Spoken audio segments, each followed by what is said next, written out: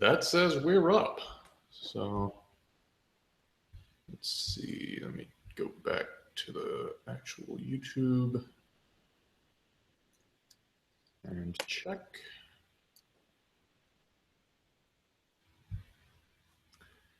There's always some time lag, so we'll see if that goes live.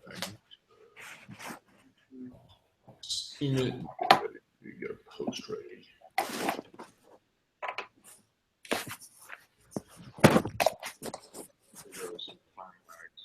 Yeah, I see that. All right, that appears to be working. All right.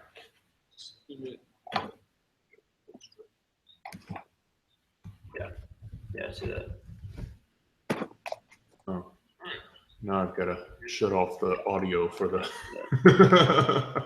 What's that? All right, you got to shut off the audio for the YouTube copy. There we go. Otherwise, it keeps on replaying things that. Yeah, that was messing my head up. Yeah. I was thinking, how do I fix that? Yeah, the mute or just mute it. Yeah. Yeah. Simple solution, simple problem.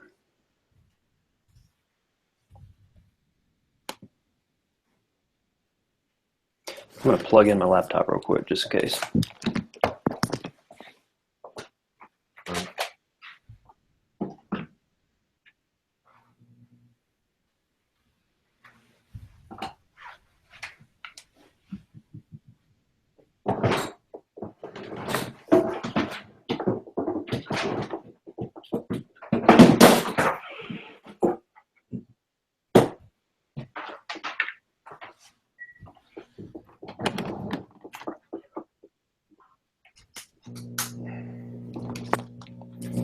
Probably should have did that before I started. Getting that thing plugged in. I had to move my entire dresser to find a damn outlet. I'm good.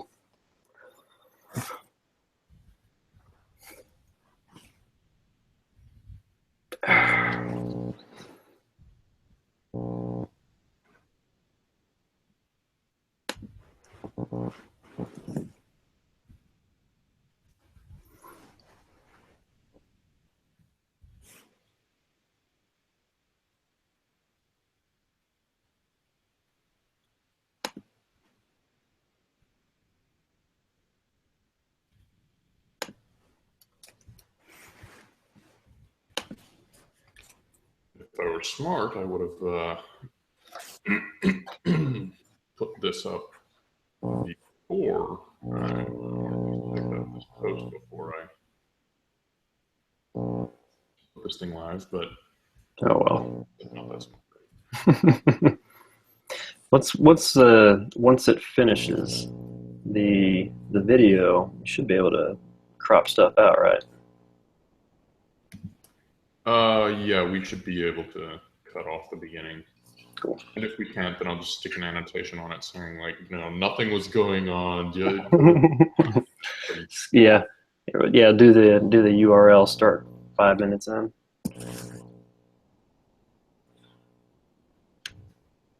Yeah.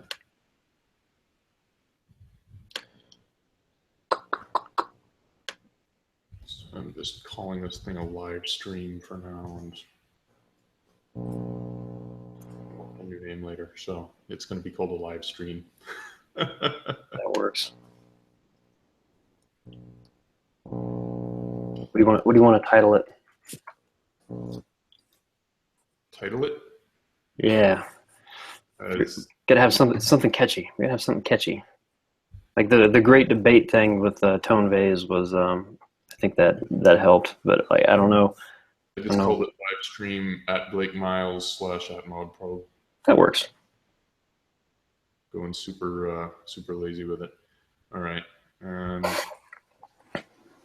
here's the on Steemit. Okay, so yeah, we are here. We are live. We can't look at least I don't know of a way to watch like the actual hangout where I can see real time live with you and watch the comments at the same time? Yeah, I just started doing that. What I'm doing is I changed the size of my screen, Yeah. or just made two windows and put the YouTube video in the background with Right. the chat on the right side, and then Hangouts on the top. Yeah. Yeah, that's what I'm doing now. So that way, hopefully, we'll be able to see. All right. So, hi there. Hello. Finally put this thing to finally got my schedule to where I wasn't flying around the house crazy and actually get on a call with you. Happy to be here. Yeah. How are the kids? Good. Well, just Is it just one kid yeah, now? just one kid. No one on the way. Yep. The wife's due in about. She's going to be induced no later than the 17th. Probably going to go before then. So Okay. she's having contractions just from standing up. So that's an indicator. Yeah. So the one you've got, is it a boy or a girl? Boy, yep. Alexander is he's 3. Well, he'll be 3 on the 27th. All right. Yeah, it's a lot of fun. It's you got kids? No, I'm still abysmally single at the moment, and well, single. I've got a girlfriend, but Yeah. you know, There's a or anything like that. there's a you ever heard of Mitch Hedberg? No, I don't think He's a so. comedian. He actually might be before your time. How old are you? I feel like you're 20. like Yeah. 24. Okay, yeah. So you are. I'm 32. So you are a bit younger than me. But this dude Mitch Hedberg, he was a comedian back when I was in like high school. He died of like a heroin overdose or something like that. Funny as hell. But not that he died, but he was funny as hell. He just had a really, really dry routine. He'd just stand up there and kind of mutter into the mic and say stuff. One of the things he says is, "I don't have a girlfriend, but I know a girl that'd be really pissed off if she heard me say that." Yeah. Yeah, it reminds me of the ones who, oh, I've got yeah, my girlfriend, she's here, she's out in the audience, and like half the girls in the audience think.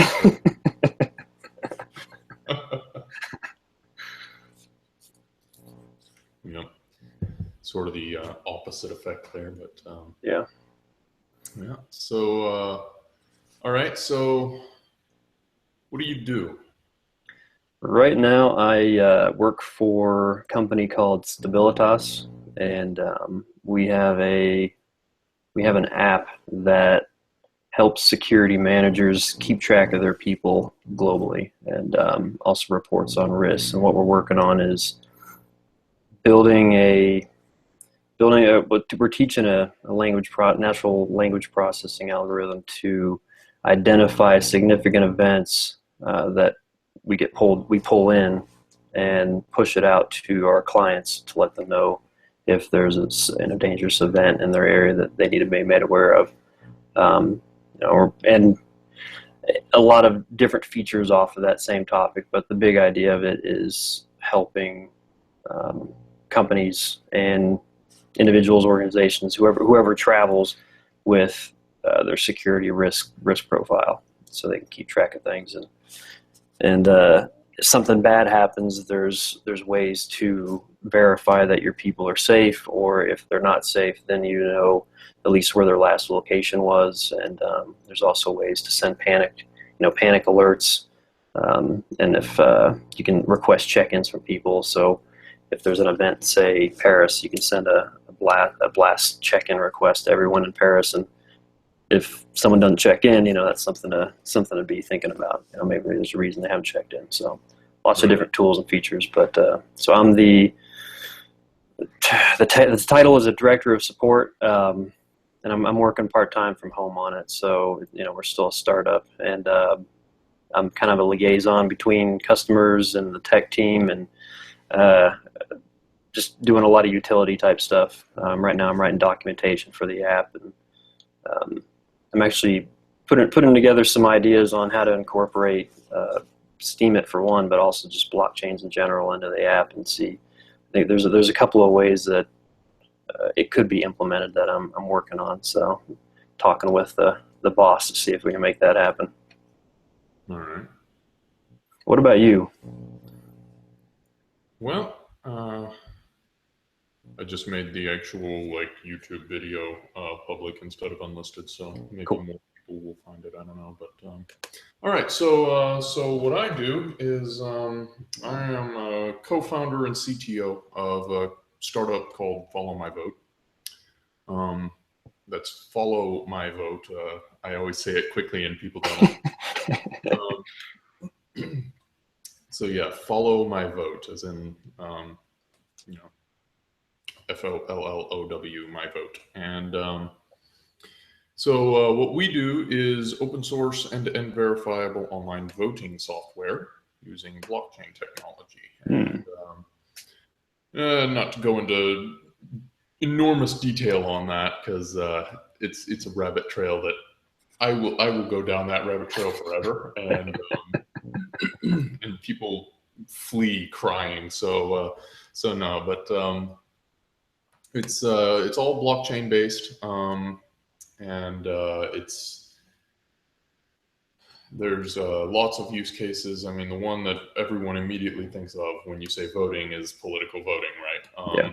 And so that's kind of like this holy grail, right? That's the problem that everyone wants to solve, because if you can do that one, you can do all of the others, right? Yeah. Yeah. So our system, we've got two real high-level systems, right? There's the stake-weighted voting system and the identity-verified anonymous voting system. And that second one, the ID-verified anonymous system, that's what you would use for something like a political election. And then you've got the stake-weighted system, which would be used for cryptocurrencies can use it. Shareholder voting in a company works that way. It's wherever your votes, each person's vote doesn't have the same level of impact on the total. Yeah. Rather, you get basically a certain number of votes depending on how much stake you have in a venture or a balance in a cryptocurrency or whatever it be. And so those are the two systems that we have designs for. We're currently working on the stake-weighted system because it's easier. You don't have to worry about ID verification. Your balance is your ID verification. You don't have to worry about anonymity. You can't cast votes anonymously if I need to know who you are and how much stake you have in order to count your vote, right? So that being said, there may be ways to do some kind of anonymity in stake-weighted voting. I don't know. Just that's sort of as far as I'm concerned, it's an open problem. I suspect that there may be ways to do it, but I suspect almost equally as much that there may not be. So, I really just don't know, and I don't have time to figure that out right now, because I already know how to do normal stake-weighted voting, and currently nobody really cares, right? Everyone expects stake-weighted voting not to be anonymous because obviously they expect it to. And so we can do that, and then of course our ID-verified anonymous voting system, where each person gets exactly the same impact. Yeah. Right? Wait. Yeah. Now, you may do that as multiple votes, right? So each person gets 2 votes or something like that. You know, there are some places that some political elections work that way. You know, everyone gets 2 votes, and we can do that. But we call it one person, one vote. And what we mean by that is that everyone has 1 vote in that they all have the same amount of say. But we oftentimes call that one person, one vote for short. Because of the ambiguity there, I've tried to shift the nomenclature to ID verified anonymous voting, but it doesn't flow off the tongue quite as well. So, you got to come up with a fancy word for it. Yeah, so in general, we don't have a whole lot of fancy names yet, but the technology is proceeding nicely. We've got an alpha of our stake-weighted voting system, and that currently runs on BitShares. Well, So we haven't actually done anything on the live BitShares blockchain yet because that's real money, and we Yeah. don't mess with that right now. It's an alpha, give it time. Like, let's take out the bugs first so that you're not losing your real money. But once we've gotten that stabilized, we'll launch it live on the BitShares blockchain, and then we'll probably start thinking about moving to other blockchains. I mean, Steem is one that we very much are looking at supporting, simply because there's no fees, and that not having fees makes it so much better. The user experience becomes much nicer. I personally, as a developer, right, I hate writing a voting app where every time you say, okay, I want to cast this vote, I have to then display a dialogue saying, this is going to cost you this much. Do you want to pay that? I really hate that. And even though it's like cryptocurrency and it's very small amounts of cryptocurrency, I mean, blockchain fees aren't much. But psychological. Yep, exactly. It's a decision that the user has to make, and particularly it's a decision involving irrevocable spending of scarce assets. And so by definition, it has to be that way because fees on a blockchain are for the purpose of anti-spam. So it has to be a difficult decision, or at least a slightly difficult decision. You're picking up some echo now. Sorry about that. Let me, do I have headphones here? Yes.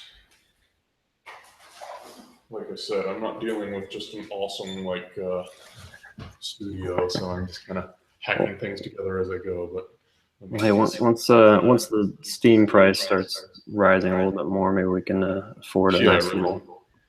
Well, what I'm waiting for right now is not so much new hardware as old hardware that I already own to come in. Because, like I said, I just moved here not so terribly long ago, and I don't have my desk. I've got a really nice desk that I'll be bringing in a few weeks. So that'll do a lot for my the quality of my studio. There's a picture on. Did you ever see that picture? I posted it on Steam at some point, I think. Let's see. Of the workspace I've got set up right now. How recent was it? Review of Charter. It's going to be in my last few posts. Life and Times of Nathan Hort? No, it was before that. Oh, okay. It looks like there's something in there. It's just a laptop on a box. I see that. Yeah. Okay, initial review of Charter. Yeah, no, it was on the Life and Times, yeah. And then the review of Charter showed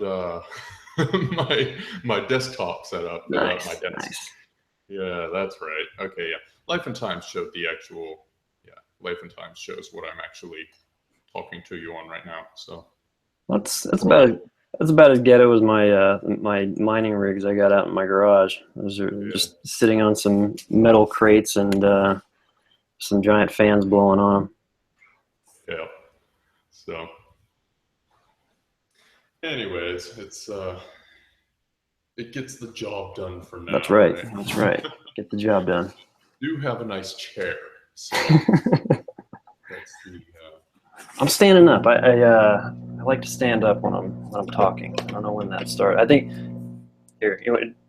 going into being a status discussion, I was a recruiter for the National Guard at one point. Mm-hmm. So while I was a recruiter, lots of phone calls, and I don't know, you project your voice better when you're standing up. So I don't know, I have this thing where I walk around in patterns on the carpet. I do little steps, step by step by step as I'm talking. I don't know, I guess it keeps my mind going. So yeah, I like standing up. I understand that completely. And normally I like working standing up, and I like recording things standing up. But like I said, I don't have my desk, and my desk is it's a standing desk. So nice. That works. I have to look into one of those. It's actually an adjusting height desk, so I can sit at it or stand at it. And I splurged on that a few years back. So when I was working with BitShares, at some point we upgraded our offices, and so they got fancy new office space, and we moved into that. And I decided, all right, well, to celebrate, I'm going to get myself a nice desk. And go all out, why not? Yep. And so when I moved here, I decided, okay, well, now I'm going to get myself a nice chair to go with the desk, since it's adjusting height and all, and I do sit at it sometimes. And so I got the nice chair. Nifty. But I'm still waiting on my desk. So yeah, I got this like super legit nice chair sitting in front of stack boxes with a ghetto laptop sitting on top of them. Nice. But, you know, it works. All things in time. But yeah, it's the chair was purchased by Steam dollars. Nice. Amazon didn't know that, but nor do they need to. No, exactly right. And so, so yeah, good stuff. Well, I think I guess we can kind of tie this in on how this started. So I think I first reached out to you 2 months ago, I don't know, a month ago, something like that. It was there was an article, something about, is that one cat saying basically the military is evil, something to that effect.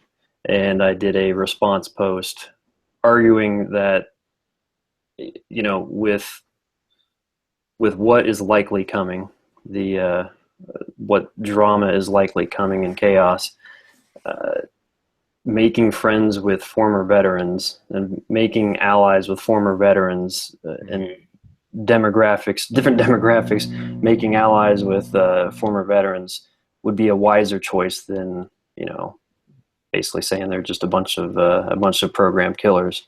Right.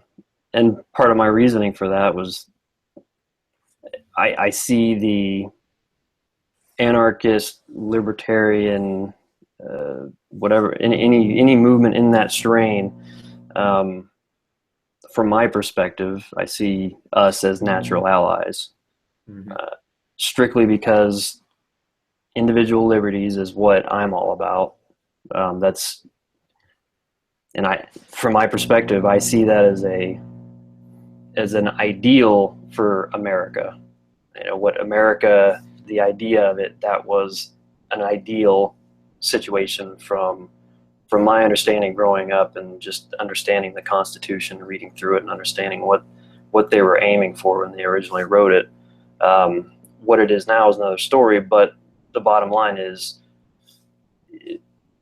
understanding warfare and understanding how guerrilla warfare works. You don't survive long by making enemies when things get rough. So we had some back and forth arguments, me and that guy, but I think that was why I reached out to you, and I reached out to a couple others of the in the anarcho space, and I don't know what the proper term will be for you, but within Steemit, saying, you know, just reaching out and asking for, you know, a conversation to start. And that's kind of what led to this. And I think you and I have been talking off and on Steam chat for a while now, just chatting about all sorts of different things. So this is the first time we've actually talked, but that was how it got going. So and maybe I can pull that article up and share it just for the sake of the conversation. But sure. Yeah, the gist of it was, I guess the premise that I'll start off with is that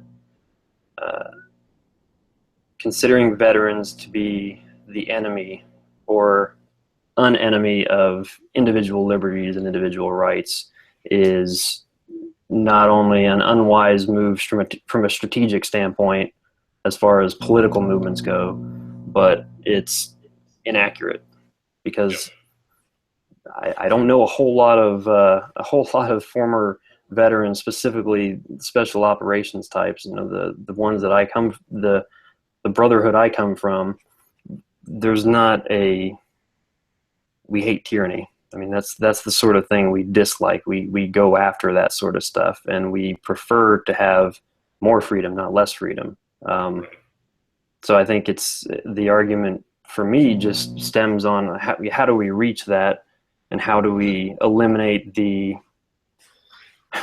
the little tyrants that are all over the place right now. How do we stop them from maintaining a stranglehold on power? Not, hey, you're my enemy because you were a statist, and it's just like that does nothing for me. So yeah. Yeah. Let me throw this label on you, and therefore I am right. Yeah. Yeah. No, but and I think the typical angry ANCAP response would be, well, yeah, you say you're against tyranny, and you say you're against, you're pro-freedom, but you don't know what those things are. Would you recognize a tyrant if you saw one? Because we've got them here, and for the most part, people don't recognize them. And I'm saying that as devil's advocate. Yeah. But that's the kind of and I deal with a lot of the angry ANCAPs too, right? And I don't necessarily get along with them that well because they argue for the sake of arguing, and they're angry all the time, and it's in real life they're not like that. I've met some of them in real life, and they're perfectly decent people. But you put people online, and empathy is hard online. It really is. Yeah. Well, it's hard to read and hard to project too, and that's part of the reason why I was very interested in, like, I don't my account's out in the open. Like, if someone wants to dox me, they're gonna have an easy day. They can take the rest of the day off.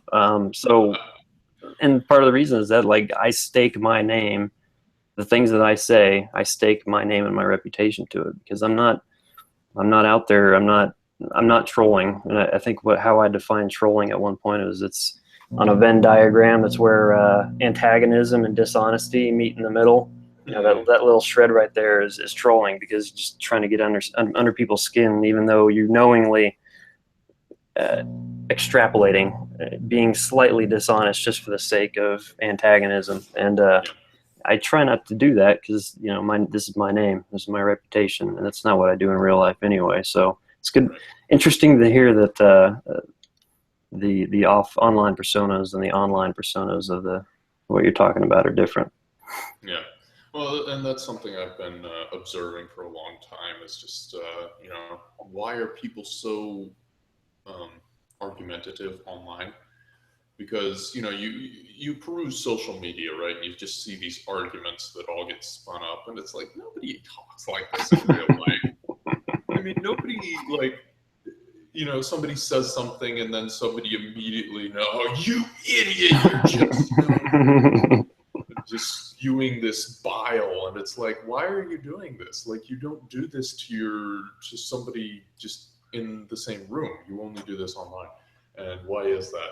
And, I haven't figured it all out yet. But on one hand, I think empathy is hard online.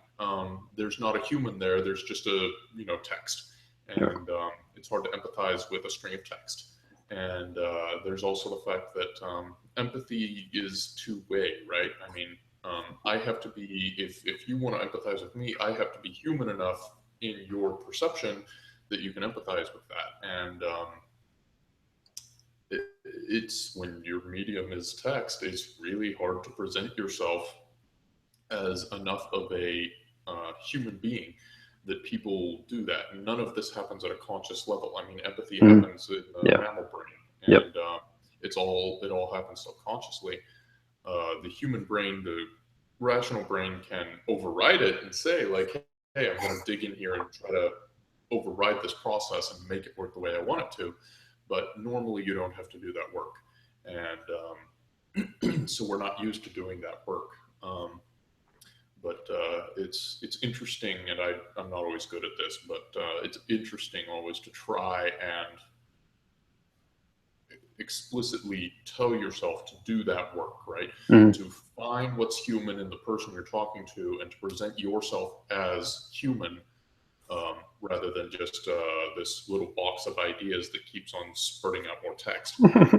Trying to make me angry. Yeah, and I use emoticons liberally, because I mean, those facial expressions, you know, they may not even always correspond perfectly with what I mean, but at least there's something there that, you know, a person sees it and it looks like an emotion. Yeah. And otherwise, text is just so Spartan. You know, there's no emotion in there most of the time. Especially since people usually, when they're typing things, they try to say things in the least amount of effort possible.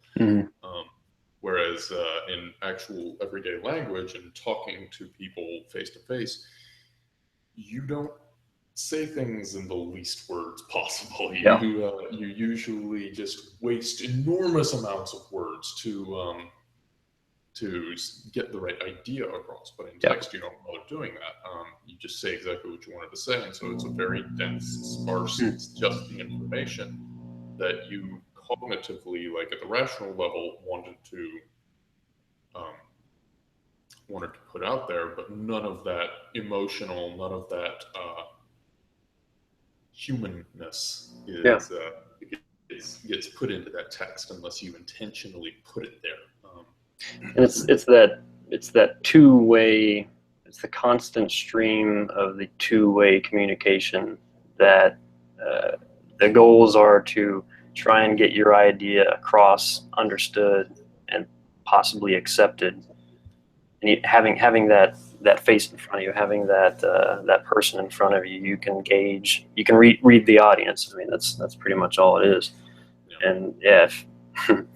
That's it. I never thought about the emoticon thing. I started playing first online role playing game I started playing was I was a freshman in high school, called Underlight. I think it was like one of the first role playing games after Ultima Online, and I grew up a lot playing that game because you can't advance in that game without, you have to accomplish tasks by other players that are teachers, and you get the tasks from them, and they send you, like, the easiest spell to learn is called like push, and that damn thing took me like 3 days to accomplish. And but you know, like, you can't, if you run around acting like a tool all the time and, like, you know, teabagging people. I don't even think teabagging was a thing back then, but you know, you run around acting like a tool, you're not gonna advance, you're not gonna learn any new skills. And yeah, so that I grew up a lot playing that game, and I think that helped me a lot when it comes to writing and typing and trying to understand, get my point across in an empathetic way without, you know, making people think I'm just I hate you. So I think there's a lot of that. Yeah. And I don't know, are you familiar with nonviolent communication? I don't know. Probably not. Okay. Well, maybe. Enlighten me. Yeah. It's so it's the name of a book, and it's the author's name, I think, is Marshall C. Rosenberg, I think. And it's not a very long book. It's a pretty short and easy read. But basically, I don't remember, he's like a therapist or something like that, marriage counselor or something of that ilk. And so he just asked this question, which was, what is it that goes wrong that makes people dehumanize each other to the extent that they can kill each other? Because humans don't generally want to kill each other. That's a very, something has gone severely wrong for that to happen. With the vast majority of humans. I mean, even if you're dealing with a complete psychopath, he doesn't want to kill you by default because that's work, and he doesn't want to bother with it. Even if he has no emotional, like, compunction about it whatsoever, he's not, you know, if it ever became like that was the easiest solution, okay, he'd do it, no problem. But he doesn't want to do it by default because it's work. And most of us are far more averse to it than that. And so Rosenberg was asking this question, like, what goes so wrong that people get to this point, that they will be not just murderous but violent, is really what it's about. And that's where the idea of nonviolent communication comes from. A lot of anarchists will hear that term nonviolent communication. They'll be like, it's communication. It's always nonviolent. Like, it's just talking. You can't hurt someone with words. What are you, some social justice warrior nut job? And well, no, you're missing the point, right? You see, because the point of nonviolent communication isn't that the words you're saying aren't violent. It's that this is the kind of communication that won't lead to violence. And there absolutely are kinds of communication that do lead to violence. If I just sit there and you can easily come up with scenarios, right, where I can say things to provoke you until violence ensues. And Marshall Rosenberg was about okay, so let's look at this as a problem and let's try and solve it. What kinds of memes in human speech and emotion lead to violence, and how do we ensure that those don't happen? So we built up this whole model for how to think about communication, and it's not that complicated, and yet it's one of those ideas, right? It's very simple in its most basic form, but then the implications. And actually playing it out is another story. Yeah, once you start working through it all and actually applying it in real life, it gets tricky. But, crazy how it works. Yeah, but the fundamental idea is just to show people, the way he puts it is show them what's human in you, and to get people to view you and to subconsciously perceive you as an other, another person. Another human being with needs and emotions and hopes and dreams and all of this stuff. And the more you design your communication to give people that impression of you, the less likely they will be to want to hurt you, and the more likely they'll be to want to help you, because then that's when they can start to empathize with you. And he observes that humans, whether it's humans by nature or whether it's just us in the modern era, whatever, in the Western world, whatever the confluence of events that led to this, we kind of suck at it. And we're very bad at explaining our needs to each other, and we're very bad at keeping, at judging like what information is relevant to a conversation in order to actually meet my needs, right? And so, it'll be things like if I get into an argument online, right? Usually I will engage the person's argument rather than the person themselves. Yeah. And their argument may not accurately represent them. It may not accurately represent what they believe. Especially in a lot of cases, right? There will be some meme that gets posted, right? And somebody reposts it, and then I put a response on there just absolutely abolishing, in my own mind, the idiocy of this meme, right? The argument that the meme itself presents, but the person probably doesn't believe exactly that. They probably believe something, similar to that, something that may or may not reduce to that, but it's, not exactly that. And so, it doesn't do me any good to argue against a meme. And what I ought to do instead is say, okay, why do you feel that way? Why do you post this? What is it that you think? And, you just start digging into, like, the human who reposted this thing. Why are they saying this, and why do they believe these things? And once you've unpacked that for a while, then you can actually start getting somewhere. But until you do that, you're not going to get anywhere. You'll just be, spitting back arguments back and forth at each other, and neither of you is ever going to change. It's not a conversation. If you look up conversation, the word etymologically. So there's con, which is together, with together, yeah. And then versare, which is, I believe it means to change. So I love etymology. The actual etymology of conversation is to change together. And what's interesting is that when you argue with people online, usually you're not actually having a conversation because no one's changing. Yeah. So, Yep. Conversation. Yep. And that's yeah, etymology is good stuff. It's very interesting to dig apart and figure out like what the words we say actually mean. Especially since there are plenty who will argue, and I think there's some truth to this, that what you think a word means rationally and what it actually means to you emotionally are not necessarily the same thing. And what it means to you emotionally is usually going to be based more on its etymological meaning than if you were to just rattle off a definition. Interesting. It wouldn't necessarily be based as much on that because your emotional brain is all about pattern recognition. Yeah. Right. And etymology is heavily based in pattern recognition.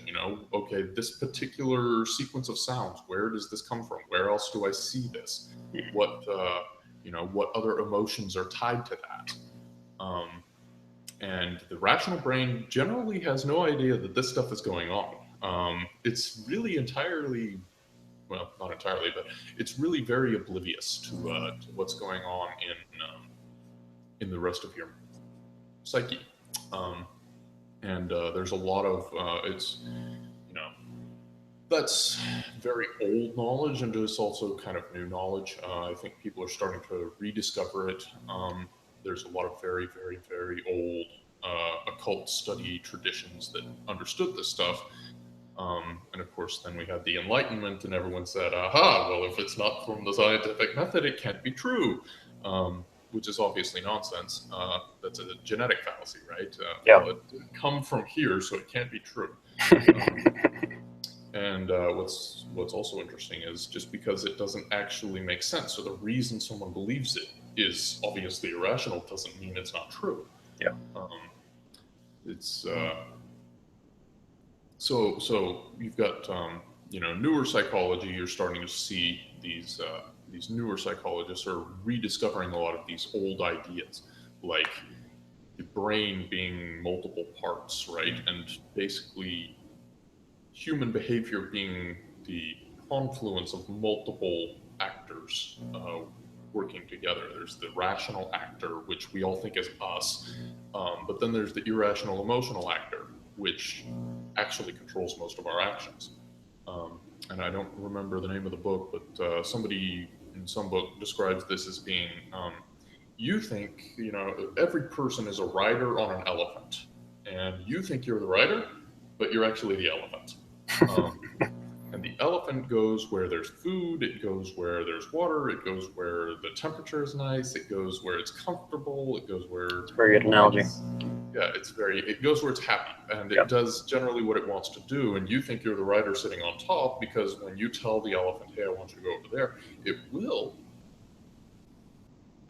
Usually. But, best case scenario. Yeah, but at the end of the day, I mean, you're not the one controlling this this little duo. It's the elephant, and if you can manipulate people's elephants, you can slip past the rider entirely and get them to do things and be in places that they never intended to be.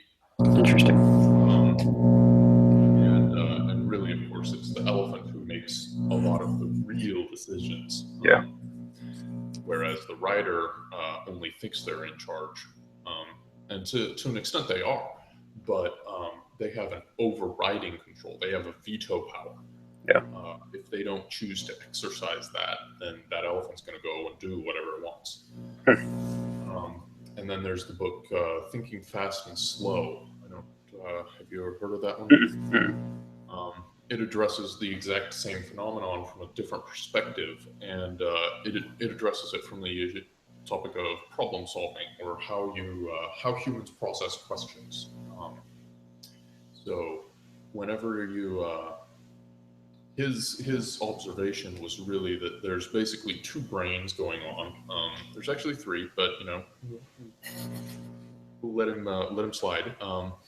The third one, the lowest brain, it doesn't deal with questions, stuff like that. It deals with mechanical motions and stuff like that. So that's the reptile brain, lowest brain. Yeah. But I think the author's name was Kahneman, something like that. Anyways, he points out that basically when human encounters any kind of problem or any kind of question, there are two ways that you can go at it. You can do it the fast way or the slow way. And the fast way is based primarily on pattern recognition and on associations. And he doesn't talk about this, but I will point out that's the emotional brain. That's the stuff that the mammal brain thrives on and just is absolutely ridiculously good at it. At just, impression, and it receives an impression and it gives back an answer. Yeah. And it does a ridiculously good job of that, and that's why that controls most of our actions. That's the element. And the problem is that it's not rational. It has no idea if it did the right thing or the wrong thing. All it knows is impression and response. Yeah. And so that's the fast thinking. Then there's the slow thinking, which is the rational thinking, which is you sit down and you think it out and you say, okay, what is the information that I have? What can I deduce? What can I induce? It applies logic and analysis, and it goes out and gets the information that it's missing in order. It figures out what information it needs that it doesn't have. It's this very analytical approach, and obviously that's slow. It takes a long time to work through all of that. But it can usually give you the right answer. And if it doesn't give you the right answer, then it knows it, typically. Yeah. And oftentimes knows how to get the right answer. It knows what it knows what it doesn't know, and it knows the difference between them. That's the rational, slow thinking. And the author of Thinking Fast and Slow, he was basically pointing out that just be aware of this pattern in yourself, because a lot of times you will ask yourself a question and an answer will come back to you, but that came from the fast thinking, that came from the emotional brain. And the emotional brain did not understand the question, it only understood a general emotional imprint of the question. And so, if you ask yourself, we're software guys here, so, right, I can ask myself, well, let's see, how long is it going to take to close this issue?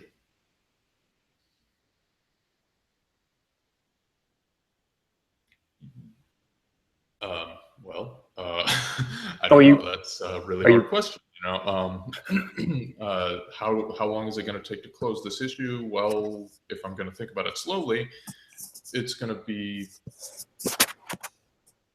I've got to touch these three modules. Historically working on those modules, these two go pretty well, but this third one, anytime I change anything in there, it's a mess and it takes forever. That's the slow way of thinking about it. Usually you don't do that. You ask yourself, how long is it going to take me to fix this bug or whatever? And I just spin up an answer and I say, I think it'll be about a week. Yeah. Something like that. And that's thinking fast. But what happened there is you didn't actually deal with the question at all. Instead, you dealt with an emotional, you asked yourself, how long will it take to fix this bug? And your mammal brain said, okay, what do I know about that bug? I know it's really annoying. It's been, causing problems for a long time, and I don't like it. And because I really don't like it, I think it's going to take a long time to fix,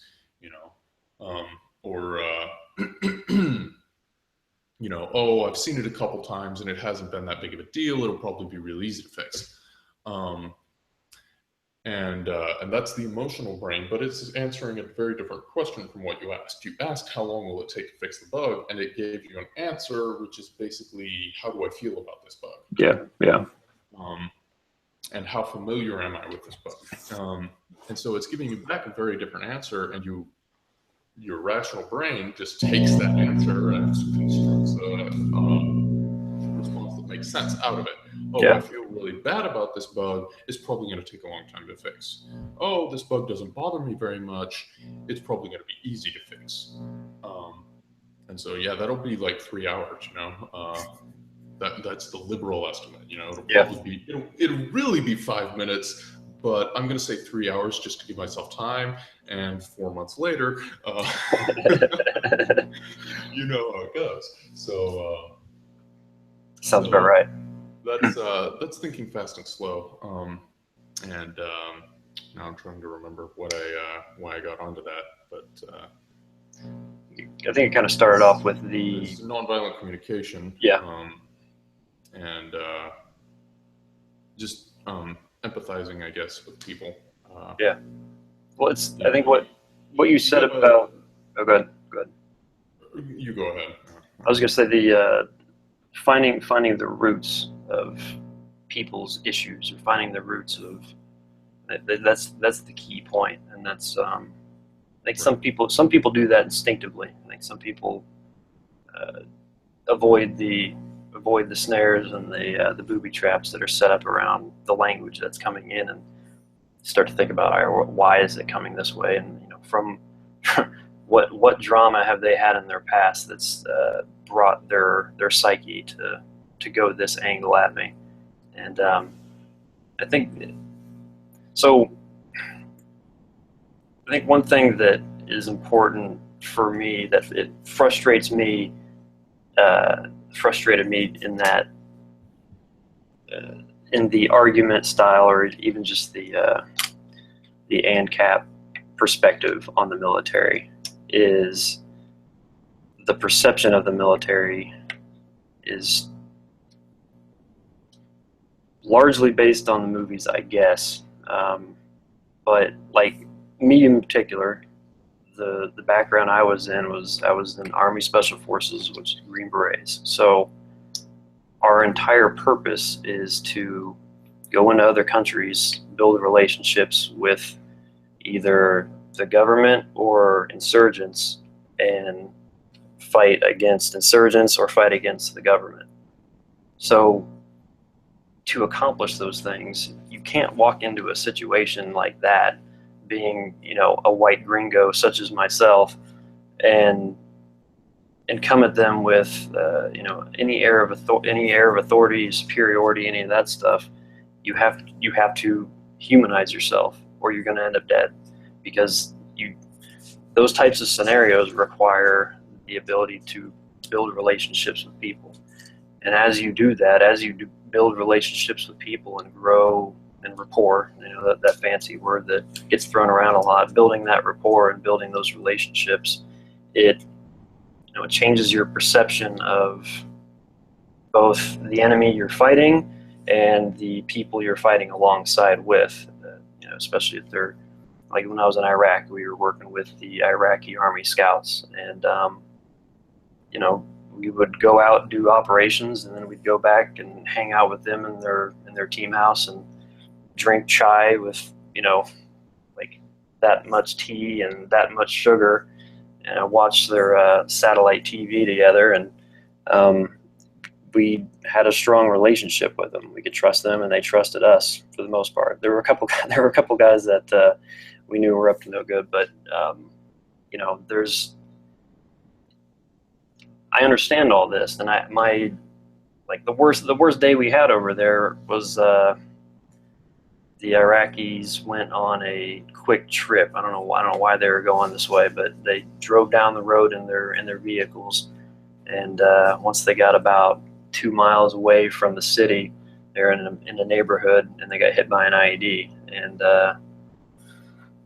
one of the truck that got hit had Muhammad and Salah were in the trucks, and Salah died instantly, and Muhammad died brain injuries, you know, like a week later or something like that.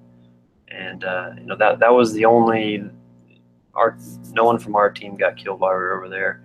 And you know, that was the worst day for me over there, because I mean, both those guys were good guys, and I spoke enough Arabic and they understood enough English to where we communicated with each other, and even when we're going out in operations, like, you know, we could communicate. I didn't need an interpreter near the end of the trip for a lot of the things.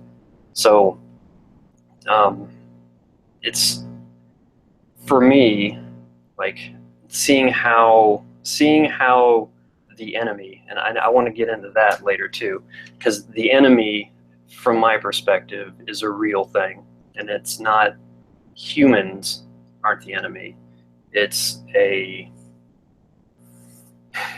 mentality. There's a mentality that, going back into the human brain, there's a mentality that can seep in and take hold that turns off that empathy thing, and you become not human to them, and you're simply, you know, on the kill list. So knowing that exists out there, and then contrasting that with knowing, you know, knowing the guys I worked with, and, you know, the locals that we worked with, and, you know, the families that we would go talk to, and the relationships that we built up with the Iraqis over there. There was no animosity from me. There was no animosity from my teammates towards these people, but yet there's a popular belief that it's, you know, we're going over there to drop bombs on kids, and the most important thing in my mind is that there is an enemy in this world, and it's a specific mentality. It's real, it exists, and it doesn't care who you are, what color you are, it doesn't care where you live. It will simply kill you for the pursuit of power. And it's growing, and that's my fear, is that it's that mentality is spreading like wildfire, and the more dangerous things get, the more likely that mentality is going to spread more and more. So piecing all these things together in my mind, like, that's why I say making enemies with people who have actually seen the enemy and dealt with it face to face, turning them into your enemy is a very strategically poor decision. And you know, they're like, my goal is that enemy no longer lives, because that enemy is completely antithetical to individual rights and everything in the anarchist movement and the voluntarist movement. You know, it's completely antithetical to it. But I can't pretend it doesn't exist, because I've seen it. You know, I've seen the, you know, you drive down a street, and then you get kids waving at you, and then the very next street, you know, just death glares, and you can feel a death glare when you see it. Like, there's no mistaking it, and you can see the look in someone's eyes that they would just, if they weren't zip tied right now, their hands would be around your throat, or you'd be at least scuffling. And so, like, that's my thing, is that coming from where I came from, seeing some of the dark look, I've seen into the abyss. We'll put it that way. There's people that in this world that have seen into the abyss of humanity, and then they come back and try to tell others and warn them about what's out there, and, you know, telling them, well, you shouldn't have went to the abyss in the first place. Now it's your fault. Well, okay, that doesn't help me, and it also doesn't help you for when the abyss starts spreading, and the abyss starts opening up more and more. And that's my fear, is that's what's coming right now, because, well, put simply, it's Islam that bothers me the most, just as a socio-political concept, you know, an entire state built into a religion. So that's where my concern comes from, and seeing the antagonism towards that alarm bell is kind of what spurred me on into this topic, I guess. So I don't know, I kind of rambled for a little bit there, but yeah, what do you think? I think you've got a lot of good points there.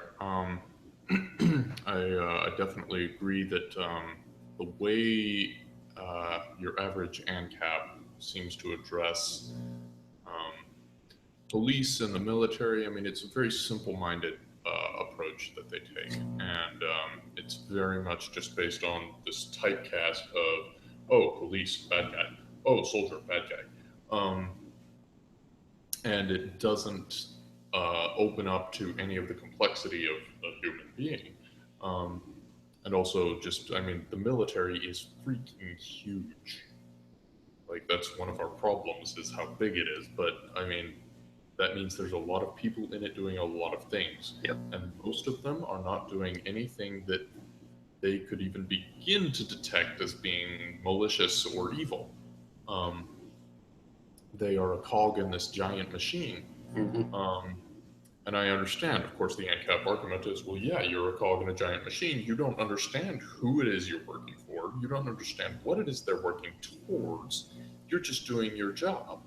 And that's the problem, is you are complicit in evil without knowing it. Well, yeah, I understand that, but they don't.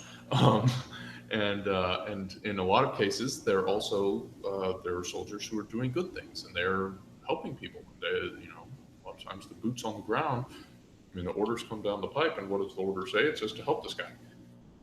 Oh, that's a perfectly legitimate thing to do, Yep. and you should do that. And so, painting everything with the same brush is just um, destructive. Yep. And highly counterproductive, and it also keeps us where we are. That protects the status quo. Yep.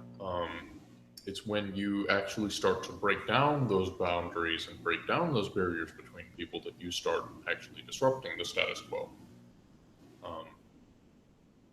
And so I definitely agree with a lot of the things you're saying.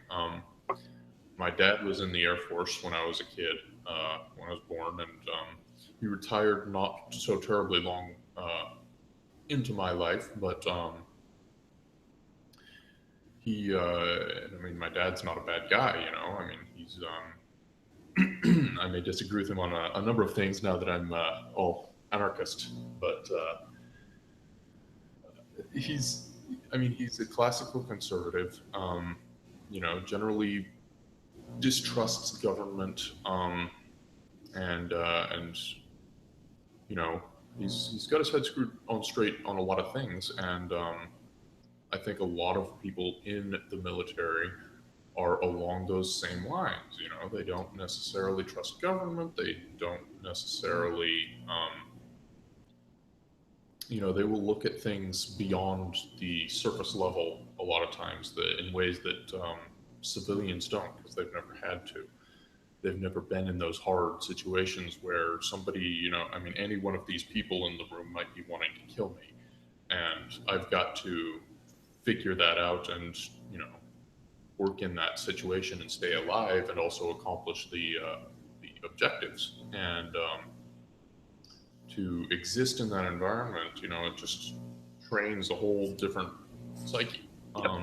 And so, from one perspective, it's incredibly valuable for us to bring that experience and those minds into the movement. And on the other hand, those are not good enemies to have. There's a reason they're still alive. Strategic point. Yep. So there's definitely a lot of strategic points to be made there, but also just the human side of it is, I mean, these are people and they're not trying to be bad. People almost universally as a whole try to be good. They can be confused about what good is. They can be confused about whether what they are working towards is actually serving good or serving evil. It's very easy to be confused about these things, especially in, you know, I mean, I was homeschooled the whole way through, but even I, to understand to an enormous extent, just, you know, I was homeschooled and Christian, right? So, from you know many accounts, I should be the most like morally well-grounded kid out there. You know, there's no statist institution training, and I believe in an objective morality system that actually isn't so far askew from real, true morality. And even I was not until I started to really sit down and think through the philosophy of morality and think about, very intentionally being consistent about everything I believed, especially whereas morality is concerned. Until I really sat down and started to do that, I mean, I could very easily be manipulated into doing things that were not good, and I would have believed that they were good. And it's a limitation that all humans have. I mean, we're all finite beings. We don't know everything yet. Yeah. I mean, this is it's a difficult problem to be a finite, limited human with whatever limited knowledge you have, and to then have to act in the real world and try to make it better. You don't. I mean, there's not even a pause button. No reset button either. Yeah, there's no reset button. There's no undo button. There's no pause button. There's just play, and it's already hit. And you've just gotta, you're live. You're on stage. Yep. Are you going to perform? Like, what are you doing? Start. What are you doing? Everyone's waiting.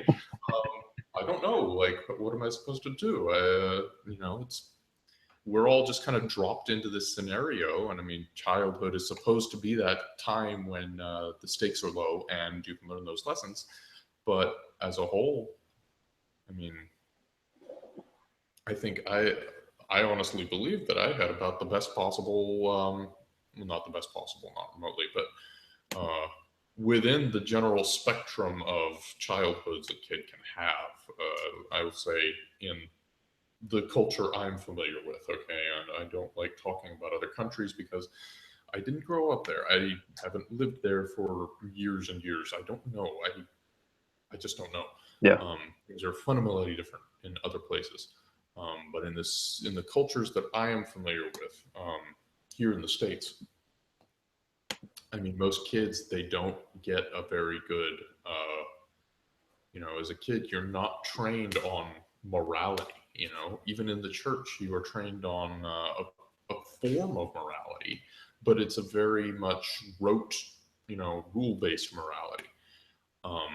Even though, in some of, I would say, the better churches, the ones that try to stay closer to what the Bible originally was intended to say, and try not to be influenced so much by what modern institutions want you to think the Bible said, on private benefit. Same page. In those churches, you don't get an objective standard of morality. They will debate on different scenarios and what's the right thing. I've sat through many classes in church where they were discussing like war. Is war a good thing or a bad thing? And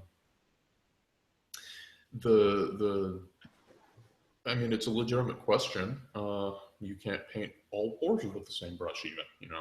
Some wars are justifiably in, defense. I mean, if there's a war, somebody's doing wrong. That's a given. I get that. But,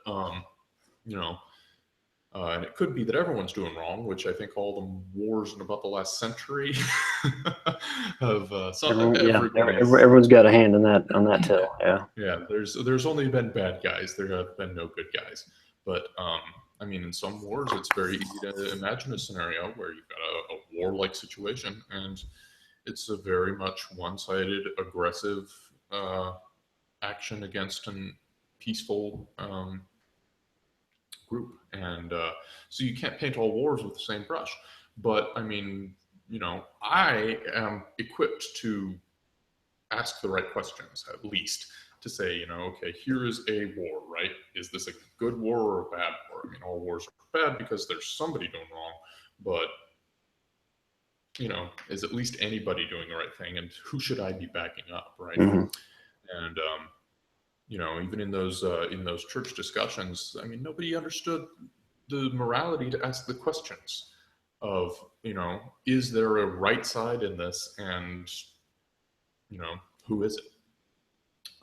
Those discussions usually centered around, well, if there's a war and America's not in it, then it doesn't really matter. We don't even know because it's not us, Yeah. not our problem.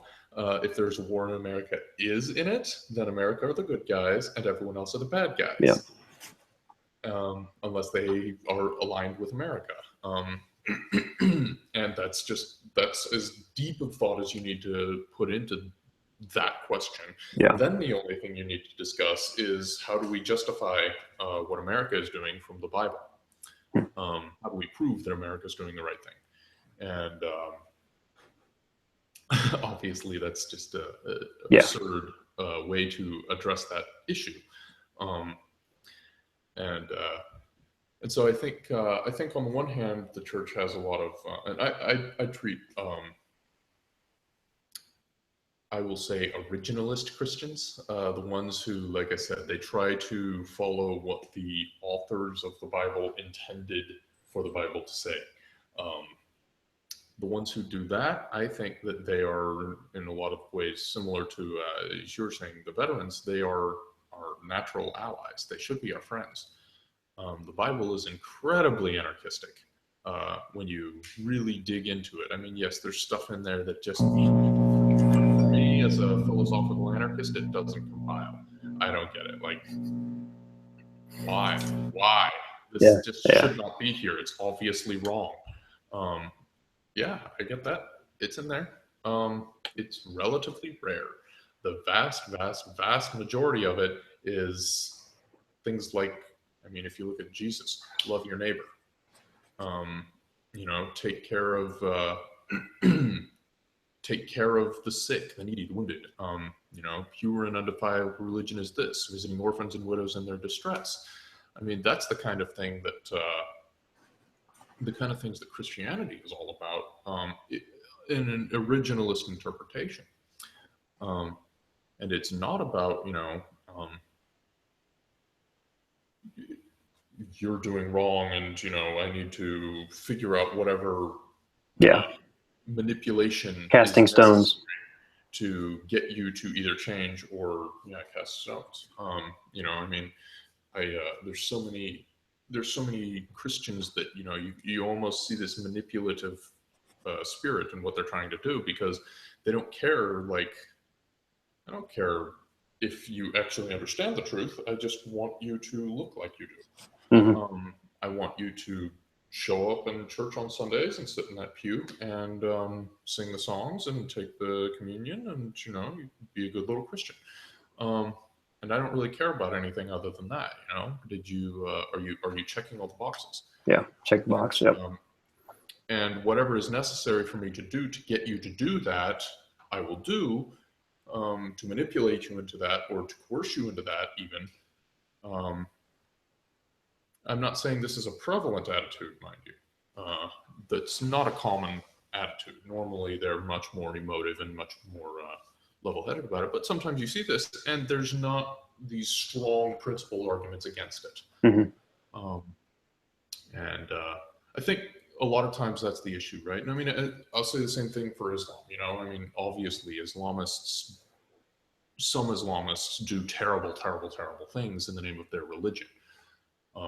I am not sufficiently competent on the Quran to say whether they are, whether they're the ones following an originalist interpretation of the Quran, or whether the ones who are advocating peace are following an originalist interpretation. I will argue that generally, if you're dealing with any movement or any group who has a sort of definitive document, right? I mean, if it's Christians, then the Bible, the canonical Bible, is your definitive document. Everything needs to be judged against that. If you're Islam, it's the Quran. That's your definitive document. Everything gets judged against that. If you're an American, constitutionalist American, it's the Constitution. Everything gets judged against that. and I will judge a movement based on what its definition should be. I don't judge movements based on what the people do, because the people are wrong. No person is individually going to be the perfect representative of that movement. So let's look at the definition. What is it actually supposed to be? Then you can judge the individuals based on that. In the case of Islam, I'm not competent enough with the topic to say what Islam, at its purest form, would do. Well, I'm not competent enough to say whether there is an actual answer. The Quran may just not actually be consistent enough to say what you should do. It may say inconsistently at one point, well, you should do this, and at another point, well, no, and now you need to do the opposite. I don't know. Well, I've done a fair amount of research, and here, I'll throw this one at you. So, I think Jesus said, you can judge a tree by the fruit that it produces, or roughly that. And that's right now, if you use that as the judge, or if you use that as the analysis tool, something is wrong at the core of it. There has to be something wrong at the core of it for this to produce in numbers that are noticeable enough to create an entire Department of Homeland Security after an incident in another nation. Or there's major problems anywhere around the globe that you look where there is some sort of a conflict. Generally, you can tie some sort of Islamic influence next to that, and where that stems from is the Sharia law concept, where Sharia law supersedes the nation's laws that you're in, and the goal is an ummah, to a global caliphate. That was the intent behind what Muhammad was trying to do. And another thing for contrast, that's something that I look at, is the life of Jesus and the life of Muhammad were two dramatically different lives. Mm-hmm. And I think the end result is telling. You could pretty much guess what the end result was going to be if you just looked at their two lives, like how they would play out. Now, granted, Christianity had its problems. No shortage of problems in Christianity's path. But again, that's the power structure of people merging with the ideological connection with a deity, with God. So, I guess the question could be, all right, well, is this just Islam going through growing pains, or is there something endemic? And my argument, based on the research that I've done, is that the seeds of Islam's destruction are sown into the actual dictates of the Quran itself, specifically because you can't coexist with non-Muslims without there being conflict. Because, like, one of the things in the Quran is a jizya tax, which is anyone who is a non-Muslim has to pay a special tax for existing under the confines of the caliphate, or under the umbrella of the caliphate. So, like, that right there it's an instant source of conflict, because you become an other, and it's a religion built around creating others out of people. And so what I try to tell people is, I have no problem with Muslims. Muslims are just people. So I have no problem with Christians. I have no problem with green polka dotted red, whatever. Sure. Yeah. So, but I do have problem with ideas that manifest themselves in the external world that just so happen to be causing a lot of bloodshed. And one thought experiment that I like to play is, like, because you get people saying,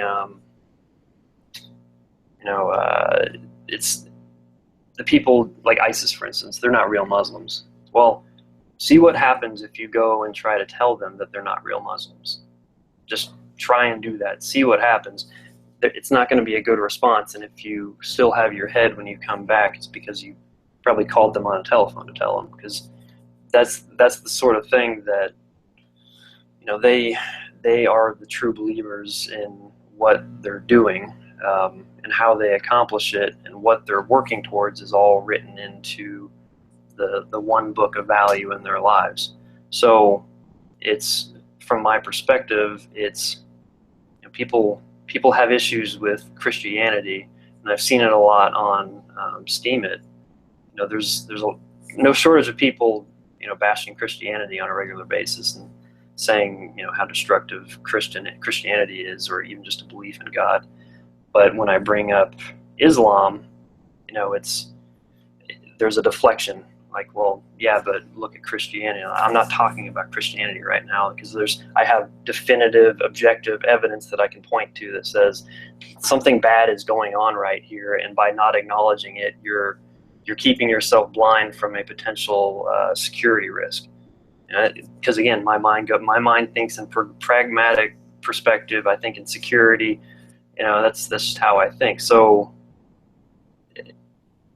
And this is actually one of the things I wanted to get from you was, and I guess you kind of already pointed to it, that you haven't done enough research on it, but like the anarchist voluntarist perspective on Islam, and how can you coexist with voluntarist ideals and ideology with another ideology where the literal definition of the term Islam is submit. So, yeah, and on the whole, I think most anarchists and anarcho-capitalists in particular, I think on the whole they tend to be pretty level-headed when it comes to Islam, which is to say that if you say Islam, they generally don't make an opinion. Now, some of them, if you say immigrant, they'll start making opinions. But I think the goal is obviously to eliminate prejudice, right? So if I say a label, you don't form opinions yet. You wait until a human shows up, then you start forming opinions.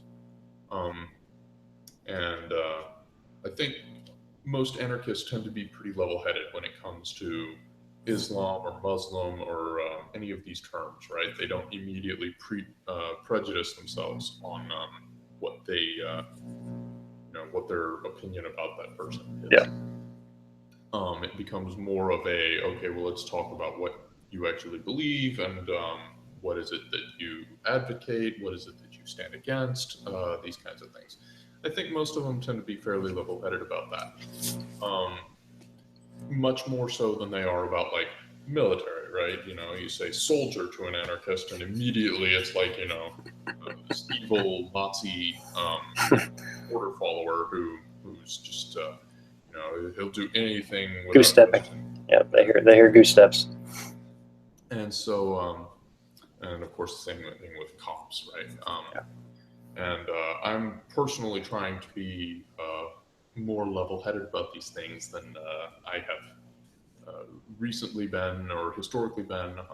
You know, always trying to be better, but you know, I find myself falling into those traps a little bit too sometimes, where you know, based on a stereotype, I'll start making judgments. And for the most part, I don't think the anarchist culture has too many judgments attached to Islam or Muslim. I think they do a pretty good job of just keeping that slate clean and saying, you know, figure it out on an individual basis. You know, and of course, anarchists are all individual people too, so they each have their own quirks and foibles. But yeah, on the whole, I think they do a decent job with those, just because, you know, it's one of those things the government hates on Muslims so much, and the media hates on Muslims so much, and anarchists as a whole generally take whatever the government or the media say and go exactly the opposite direction. And so Of course, in the case of Muslims, you can obviously point to objectively verifiable cases of Muslims doing terrible things, and then say, okay, well, as an anarchist, then I have to say, well, I'm not going to judge these people just implicitly because, well, the government said they're bad. Yeah. Some of them did bad things, but on the other hand, they're people. Okay, I'll throw something at you from this perspective. So, okay. All right. So take the way you look at government institutions, or Department of Defense specifically. The Department of Defense has a mission. You can find out what that mission is if you go look at their website, I'm sure. So that's their intent. So that's separate from the people within the Department of Defense and the people who would actually accomplish that mission down below. So if you can separate the two and see that, then from the Islam's standpoint, you can look at Islam as an idea and as an intent based on goals, still separate from the people, the actual Muslims themselves. So I think that's kind of my challenge point, is that it's not something to ignore. From my perspective, coming from a strategic standpoint of, I have a wife and kids and a house and a mortgage, and I have all these things, and I'm worried about the future, and I don't want my son going to fight a war in the future when he's of age. And my big concern right now is that they're not playing around. And when I say they, I'm using the term they as the intent is there, and those who are going to accomplish that intent, that's not going away. They're not playing around. The ones that are actively engaging in this global conflict to push Sharia law. I mean, that's what their intent is. So I think that's part of what my challenge is or what this conversation I think was kind of started about, was that I see this. I'm trying to see if the anarchist community, voluntarist community on Steemit specifically, since that's where we're on, that's where we're talking, if they have that same viewpoint, and if they don't, why not?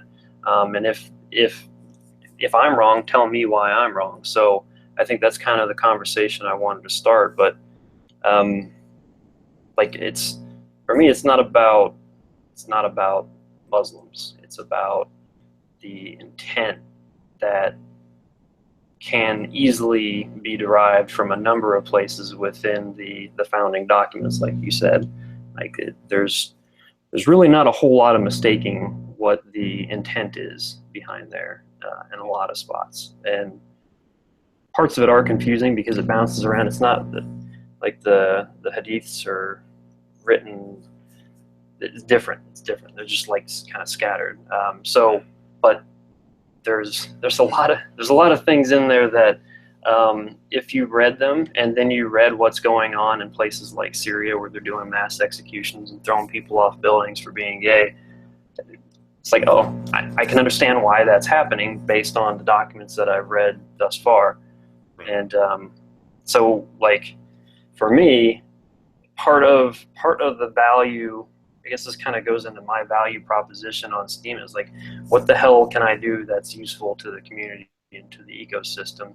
And the only thing I have in my background of value that I can think of is the military side of things, and recognizing security issues and thinking about building allies to defend ourselves if need be, in an effective network of logistics and personnel and morale that can fend off mortal attacks.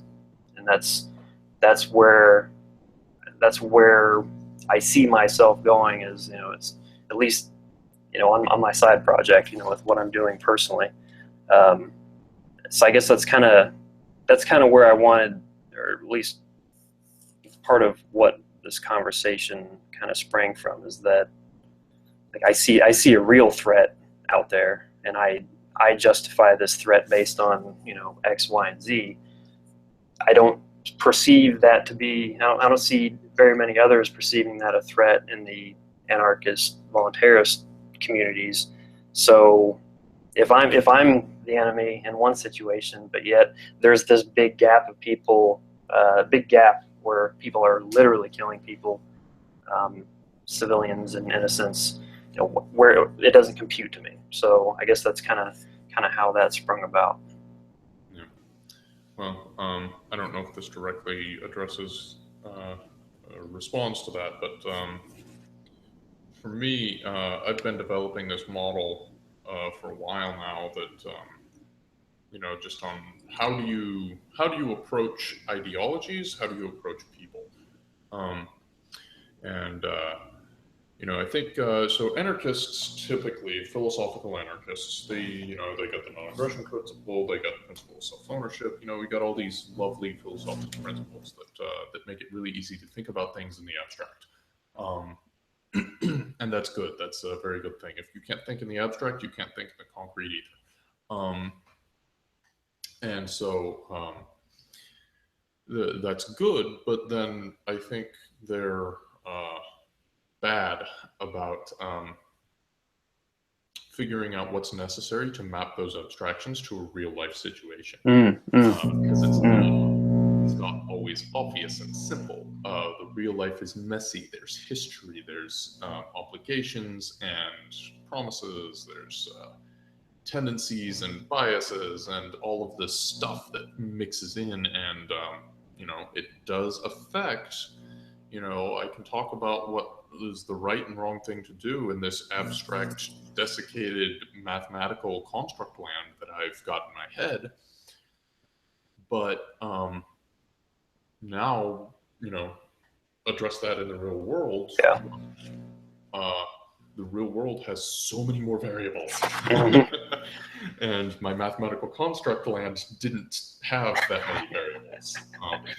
And unless I make the theory as complex as reality, which is bloody difficult, probably impossible, then the theory doesn't actually describe reality. The theory describes a simplified version of reality, perhaps.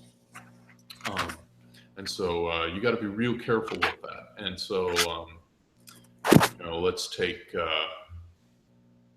It's easy to say, like, okay, this person is killing that person, right? That's bad. That's you know, it's never legitimate. Well, except for the times when it is. You know, if that guy's trying to kill me, then I can kill him. To stop him from doing that. If the guy slaps me across the face, then I can't kill him to stop him from doing that. That's not so legitimate. So it gets complicated, and so anarchists, you know, we like playing these moralistic scenario games because I think to an extent because they're easy and they're fun, and they are valuable, but we forget about to an extent they're not, they don't always or accurately describe reality.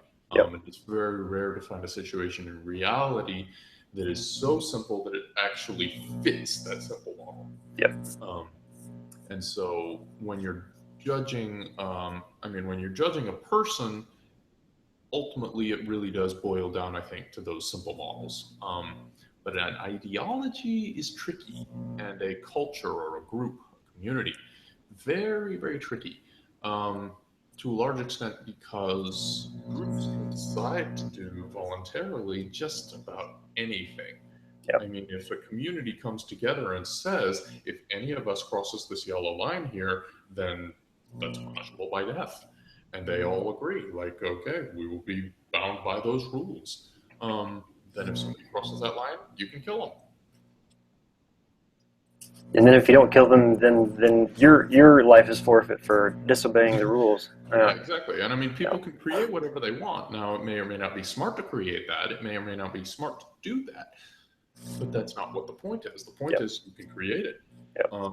You know, as humans, we are imbued. You know, if you want to talk about it from like the Lockean Declaration of Independence type of language, you'd say, you know, imbued by their creator with certain unalienable rights, or unalienable. Inalienable, I think. I think it was might have been unalienable in the change. But slightly different words.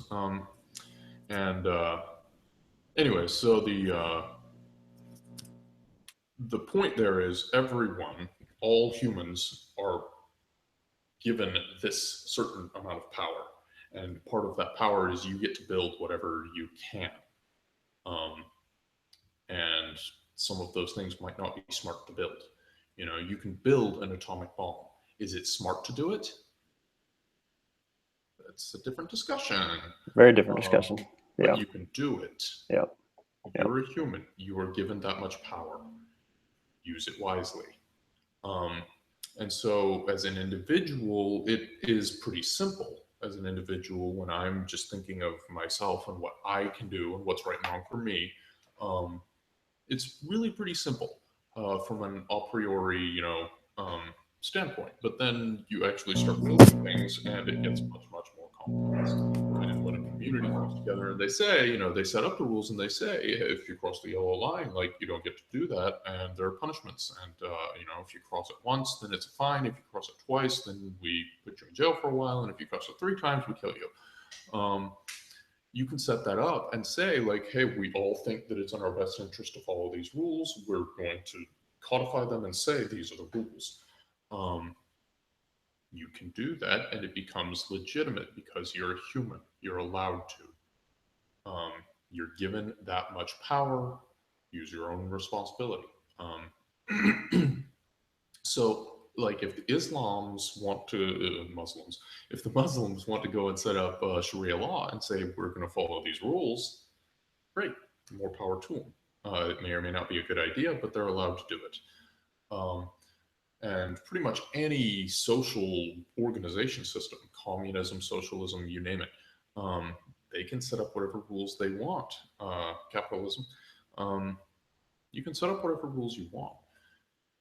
The question that, for me, it has come to, what I think is the real key question to ask is, what does your system's rules say to do with the people who just won't comply with your system? The ones who just won't play around, what does it say to do to them? And if it's something violent, if it's something that, you know, at that point you need to start, you think of your entire community, simplify it down. That's an individual. You can think of it as that simple, and that individual always follows these rules that you codified as the rules of your community. Is that individual doing right or wrong? And at that point, I think it's legitimate to make that abstraction, because ultimately the community can't do anything. All the community can do is send an individual to do it for them, and then the individual is an individual doing right or wrong, or, you know, some group of individuals who are doing right or wrong. You can simplify your thinking about the community to that level once you start asking, what do they do to the people outside the community? So for me, that's been the insight, is just to figure out, okay, the community can set up whatever rules they want for themselves, but the question is, what do they say to do with the people who don't want to follow the rules? And that includes the people who were a member of the community and now say, you know what, I changed my mind. Yeah. You know, if I create this community and I say, you crossed the yellow line once, it's a fine. You crossed it twice, it's a prison sentence. You cross it 3 times, we kill you. But what if I've crossed it twice, I got out of jail, and I crossed it a 3rd time, but this time I'm saying, yeah, but I'm no longer in your community. I don't agree with the rules anymore.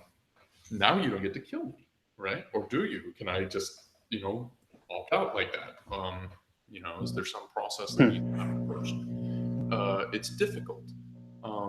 When you get to build things, you know, you can build things without fully understanding what the implications are, but you still built it. and it can still hurt you, or it can still help you. And so it's messy, but alas, this is reality. Reality is going to compile one way or another.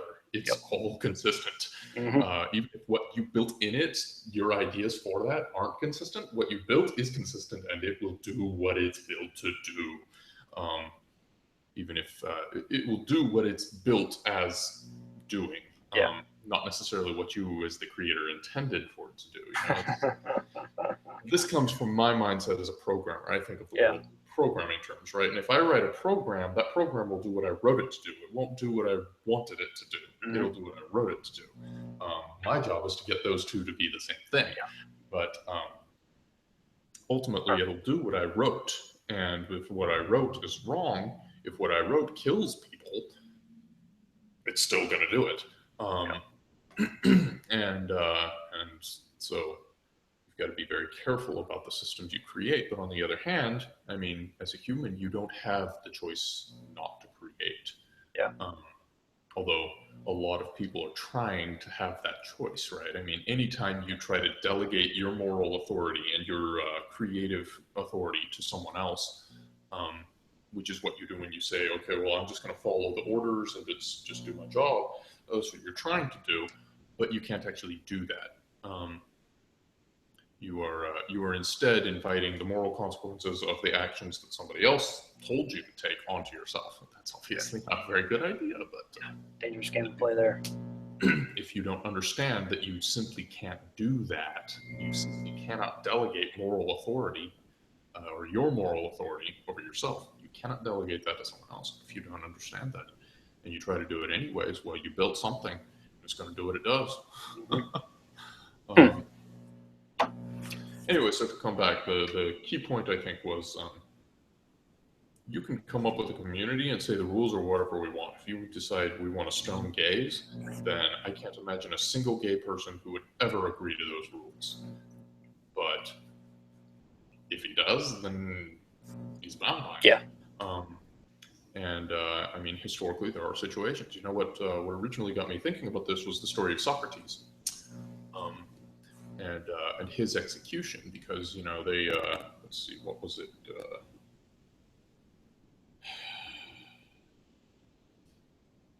He had some idea, which now we regard as like kindergarten level, but then that they thought was just so world changing that they couldn't accept it, and they had to, I think, or something like that.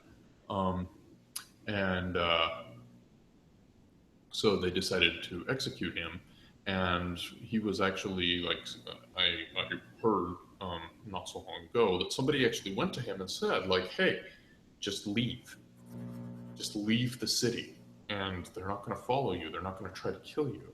Like, you can go live. And he said, no, I choose not to. Or I agreed to the rules, therefore I will abide by them. It would be worse for me. I think it would be worse for myself to try to live, but to cut myself off from the community than to just let them kill me. And therefore, I choose to die. That was a very interesting point when I saw that, because that really got me to ask myself, under what circumstances can you contract yourself to death? You know? And basically, you can do that. As a human being, you can do that. I mean, I believe that you have a right to kill yourself. You know, if you decide your life isn't worth living, you have a right to end it. Or something like that, and you know, you just think you have no options, which I would assert that you probably do. The system just won't tell you that you do. But if you think you have no options and you're going to die a long, slow, painful death, and you just don't know a way out of that, then you decide to just, well, let's just get this over with, you know, let's just end it now. I think that's totally legitimate. And I think you have a right to do that. You are the owner of yourself. You get to choose what happens to you. At least you should. And no one should be able to interfere with that. And so the same thing is true by contract, right? if I choose to enter myself into a contractual situation, which is what a community is, right? If a community comes together and says, these are the rules we agreed to live by, crossing the yellow line and all that, we're forming a contract. And so it's legitimate. And therefore, be careful what you wish for. Yeah. But because you can get it. And so if you create those rules and set up that situation, you're bound by it, at least until you say, no, I no longer want to be part of that. I don't want the benefits and I don't want the liabilities. But what does that community say to do with other people? And that's where, that's anarcho-capitalism, right? Anarcho-capitalism is designed to be that universal playing field that everybody is on. You can go into your community and set up whatever the heck you want with those people. But whenever you meet someone who doesn't follow those rules, what do you do with them? And the answer is, what do the anarcho-capitalists say? Because the anarcho-capitalist philosophy is, we're all equal here. No one's better than anyone else. We all get to do the same general things, and we all have the same general restrictions. It's a very equalizing philosophy. And anything that, any complexity that you add on top of that is based on, humans created this, okay, that's fine, but when you created it, you added this new complexity and these new questions, but that doesn't change the playing field for everyone else. So I don't care that, you built that park and it's your park. If somebody walks on it, then are they hurting anything? Yeah. They have a right to exist. They get to exist, and they got to exist somewhere. And are they damaging anything? If not, then you don't get to hurt them. I don't care if they didn't pay to walk on your park. Maybe you should put up a wall and a gate and say, to get through this gate, you have to pay. And maybe you can set up more systems to say, if I do find someone in here, then I will get you out of here unless you're allowed to be here. But you're still not allowed to harm them unless they're violating those base rules, the base rules of anarcho-capitalism, of voluntarist philosophy that say, if you're hurting someone, they can defend themselves against you. But if you're not hurting someone, you don't get to do that. And of course, someone extends to your property too. And, the park, of course, is property, right? But am I hurting the property by being on it? If I'm digging holes in your park, that's a different thing. But if I'm just existing there, I'm sorry, you don't get to claim, you don't get to claim damage from that. Now, if you tell me, hey, you can't be here, you have to leave, that's legitimate. And if I then say, well, I don't want to leave, and you say, but you can't be here, right? Eventually this comes to a point where you can defend your property. But because if I'm there and if I'm refusing to leave, now I am taking a positive action. I'm actually saying, I'm not necessarily taking a positive action, but I'm choosing to be there and staying there. I'm kind of working off the cuff now, just kind of processing this as I go. If if I'm there and I'm staying there and I'm refusing to leave, and it's not my place to be, then eventually I think there does become a point of positivity in the nature of my action, where I've actually invited consequences upon myself, by virtue of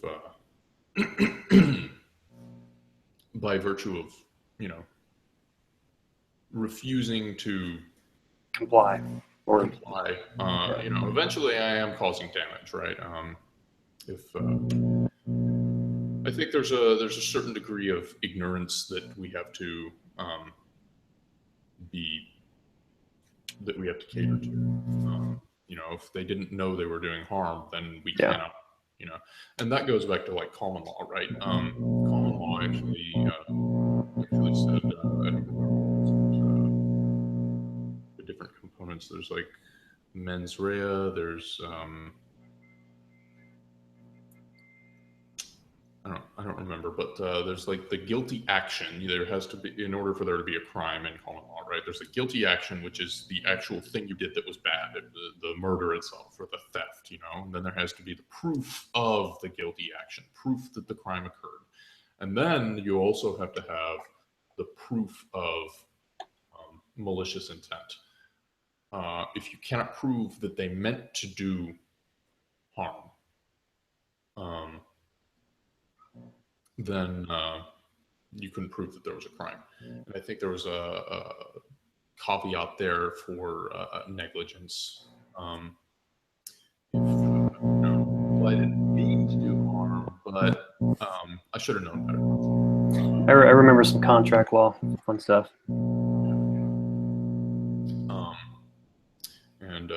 So common law I find to be fascinating topic. A lot of people try to reduce common law to case law and say, well, common law is just a bunch of case law. It's just, you know, all these old cases. Well, this is how we handled it then, and now we're going to do the same thing now. That's not what common law is. It used case law pretty heavily because it's useful, but common law is actually sort of like the anarchistic style of law, which says there's no monopoly of lawmaking. Nobody gets to make universal laws for everyone. Everyone makes their own law. And, you know, getting all of that to work. It's basically the law of anarchy, which is very interesting. And of course, you know, we don't have common law, at least in the United States anymore. My understanding is that in the types of law, because you've got all these different types of law, you've got common law, you've got contract law, you've got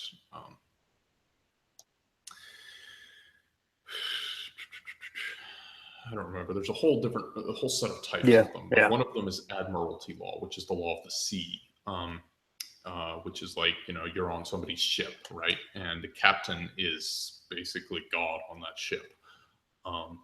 What he says goes, and there's no recourse, there's no appeal, there's no question. What he says goes, which sort of makes sense because you're on somebody's ship, right? Yep. And so if you're going to be on his ship, then you follow his rules. And whoever owns that ship delegated that authority to the captain. So it's all perfectly legitimate, but yeah, you chose to be here. I mean, nobody dragged you onto the ship. If somebody forced you onto the ship, that's different. But because now you're not a member of that community. But if you entered into that community, guess what? You're a human. You get to make systems, and you have to follow the rules. So, you know, that's one of those situations where it's actually defined, right? We actually defined in reality, when do you, under what situations can you leave this pact, you know? And you can, it's when you leave that ship. So you can do that either before or after we reach port, but it's when you leave that ship that you stop being part of those rules. I understand that the United States and pretty much, you know, most of the world is under admiralty law, under certain, under the actual, like if you get the highest levels of understanding law and how they have used law, the reason they justify, the way they justify all of the obviously wrong things that they do to us is because, well, we're actually under admiralty law now. And they have a way that they actually did that. You know, it wasn't that somebody just decided, well, let's see now, if I say that we're all under admiralty law and this is my ship, then hey, that's cool, let's do that. I mean, they actually, you know, it's by contract that they'll argue it's by contract that it got to be this way, and that's where, you know, you filled out a voter registration form and signed that? Well, that was a contract, didn't you know? You signed it. What do you sign? You sign contracts. Did nobody tell you that that form was a contract? I'm sorry. Of course, under contract law, you have to have meeting of the minds, right? It's not a binding, legitimate contract unless they understood what they were agreeing to. And the paper is just documentation of the contract. It's not the contract. Yeah. Something that people don't understand these days, and they really ought to. If I write some terms down on a sheet of paper and get you to sign it, that doesn't really mean anything. Yeah.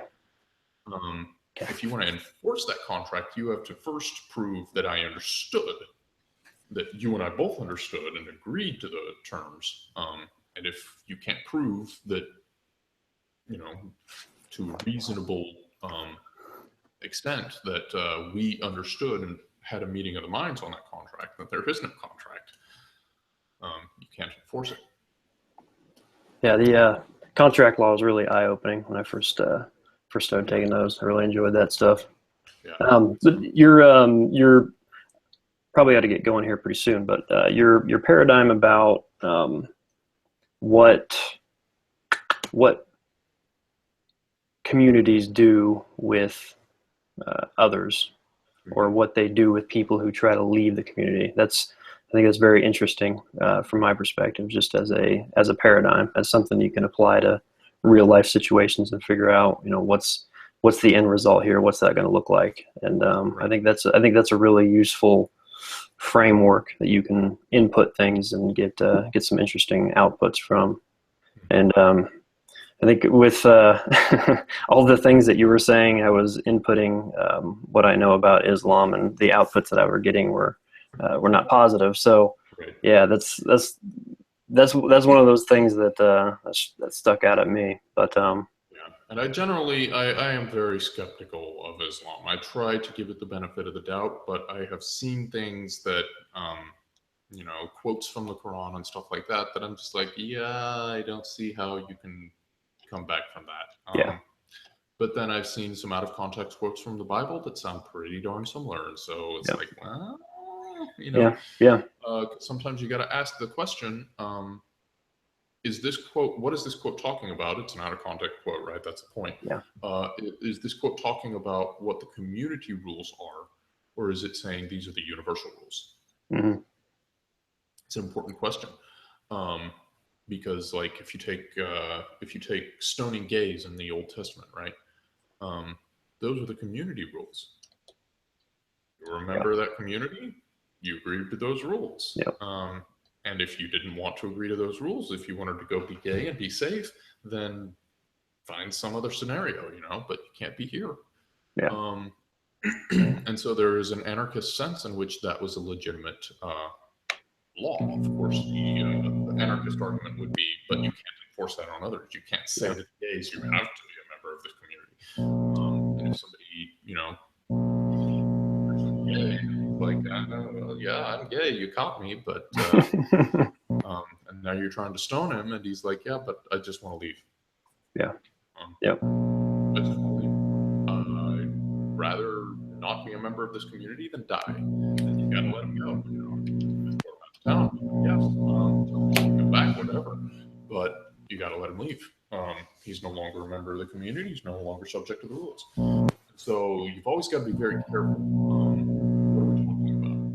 And anarcho-capitalism is trying to be that universal. It's trying to be the ground rules that everybody has to play by, and I think it does a pretty dang good job of it. Yeah, I agree. A lot of the other anarcho hyphens are not trying to be that, I don't think, or at least they shouldn't be trying to be that, because they're perfectly legitimate societal structures if it's understood that these are the rules the community agrees to. Yep. And anyone who chooses not to agree to those rules, maybe they have to move, but you can't hurt them. Yeah. Unless they're agreeing to the rules, and the rules say you can hurt them, then you can hurt them. But if they're not agreeing to the rules, then unless they're doing harm to you or your property, you can't hurt them. And so it may be a case of, escort them off of your property, but until they're doing harm. And I guess that's, to go back to the scenarios, trying to work out earlier, I guess that's kind of the point. Yeah. It is my property, right? So I can choose who gets to be here and who doesn't.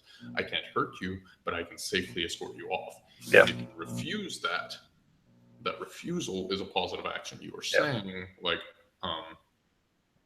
I am in a situation of vulnerability here because I'm on your land, and I am choosing to maintain that situation of vulnerability, a situation of I am not in control here. Yeah. That's a positive action, I think. That makes sense. When I say I continue to assert a right to exist here, you can point out, I'm sorry, you don't get to assert a right to exist here. You just happen to be existing here, so I don't get to hurt you because you're not harming anything, but time to go. And if you choose to stay, then that is actually a positive choice. You chose to stay there, and you invite the consequences for that. You know, it's one of those. If I'm going to be part of a community, and this is the land of the community, then I have to follow the rules of the community. Yeah. Because the community owns that land, which is why I do assert that land can be owned, but perhaps there are ever so slightly different rules for the ownership of land, which is, of course, a topic that gets discussed back and forth in law. That's a big topic right there. Chattel versus allodial property, I think, is the actual name. Chattel refers to, you know, the property that you can move around and pick up and move.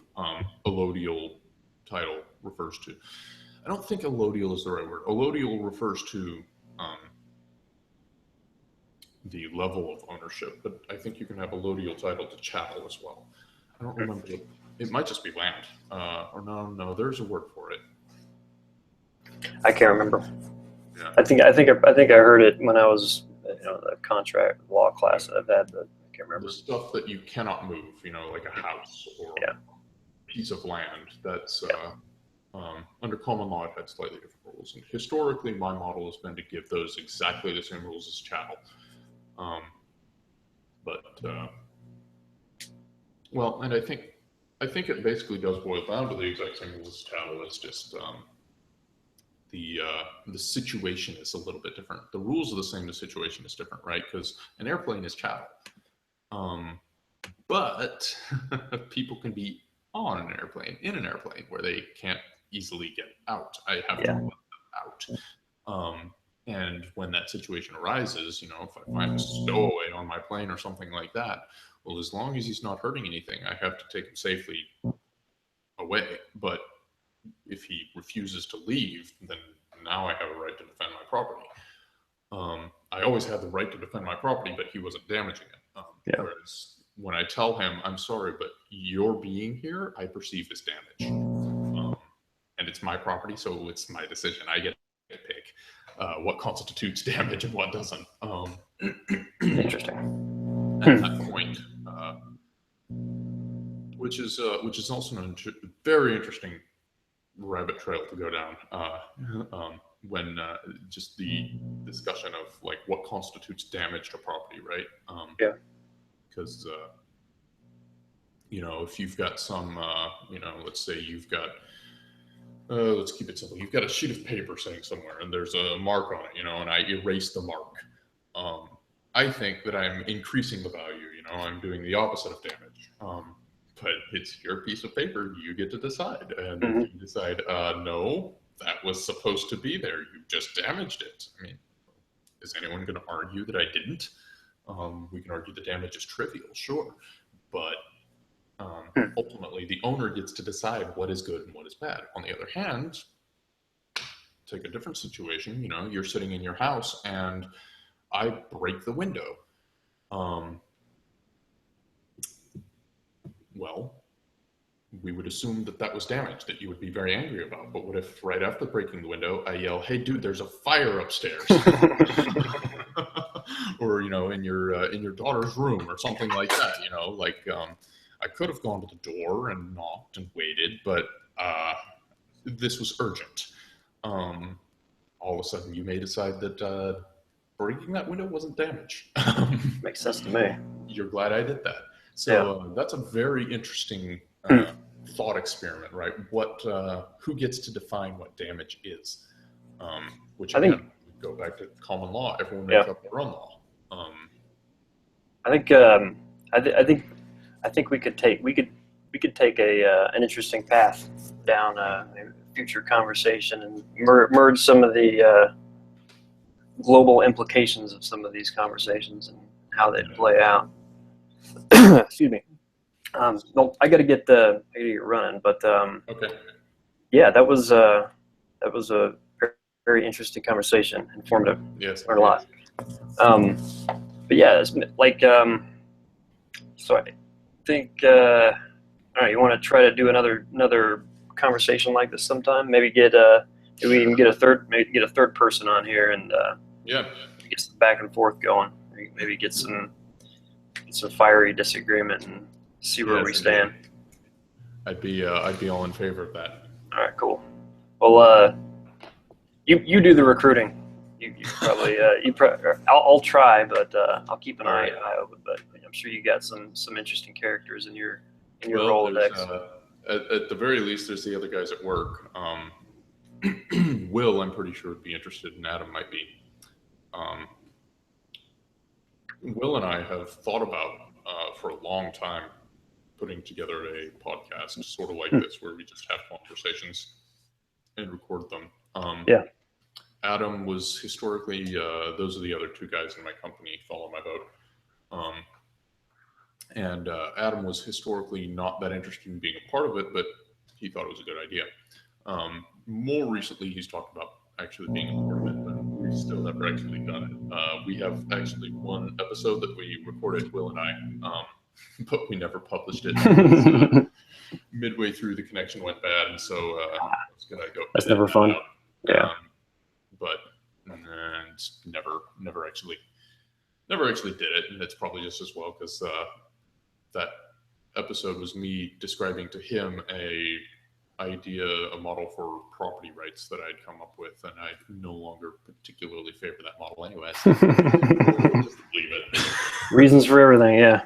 Well, cool. No, this was a lot of fun. I think. We can probably find others. All right. Maybe I'll try and find. Maybe I'll try and recruit some other former special ops guys just to. That'd be great. Raise the. So I'm not the only one. I don't want to be lonely. Yeah. All right. Cool. Well, it was good talking to you, Blake. You too. Yeah. Looking forward to doing more of it. Yep. All right, man. I'll be sure to upvote. All right. All right, dude. Bye then. Later.